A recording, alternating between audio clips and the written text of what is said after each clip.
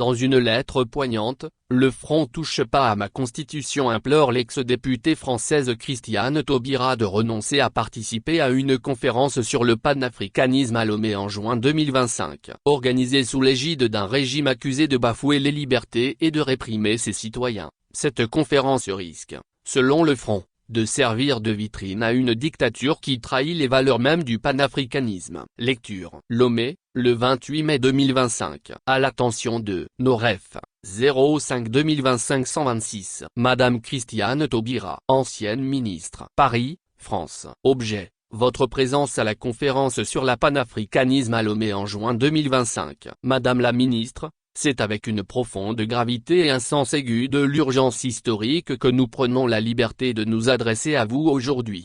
Nous avons beaucoup de respect, et même une certaine admiration, pour votre engagement au bénéfice des Africains et des Afro-descendants. Votre loi tendant à la reconnaissance de la traite et de l'esclavage, importante composante du colonialisme, en tant que crime contre l'humanité, demeure une avancée majeure pour notre communauté depuis ce jour du 21 mai 2001.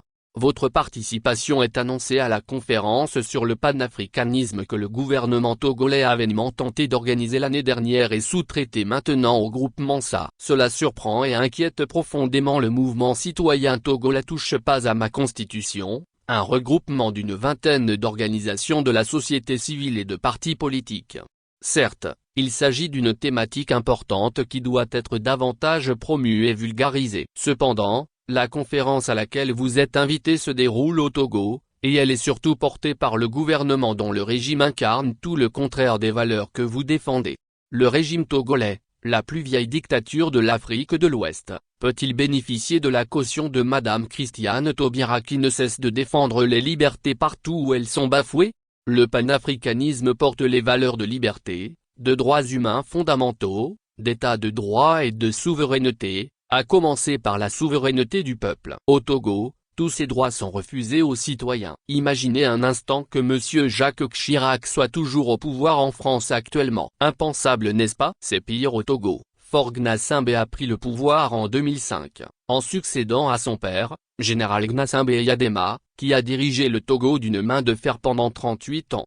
Après 20 ans de pouvoir, au moment où il s'apprêtait à faire son 5e et dernier mandat, Faure Gnassingbé remplace la Constitution sans informer le peuple. Il instaure alors un régime qui lui permet de conserver le pouvoir absolu sans limitation de temps, et surtout, sans plus se soumettre à une quelconque élection. En somme, une monarchisation de la République. Sa nouvelle mode de panafricanisme est en contradiction frontale avec la violence de la répression qu'il exerce sur les Togolais, la restriction de l'espace civique et la centaine de détenus politiques, y compris l'arrestation depuis 5 mois d'un citoyen Honoré Sidzope Sokpor, dit Affectio à qui on reproche d'avoir écrit un poème. Pour ce dernier cas, Marie Lolor, rapporteuse spéciale des Nations Unies sur la situation des défenseurs des droits humains, a demandé sa libération ce 16 avril, en vain. Ces détenus sont maintenus en prison, malgré les décisions de la Cour de justice de la CEDEAO reconnaissant les tortures qu'ils ont subies et exigeant leur libération immédiate.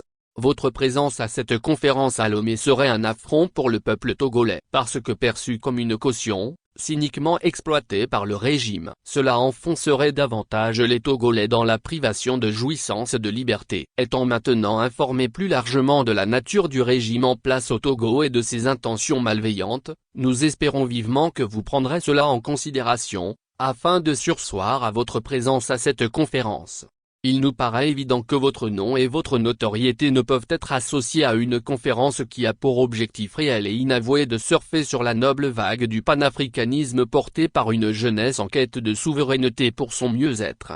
En comptant sur votre compréhension et votre soutien au peuple togolais, nous vous prions de croire, Madame la Ministre, à l'assurance de notre haute considération. Nathaniel Olympio, premier porte-parole.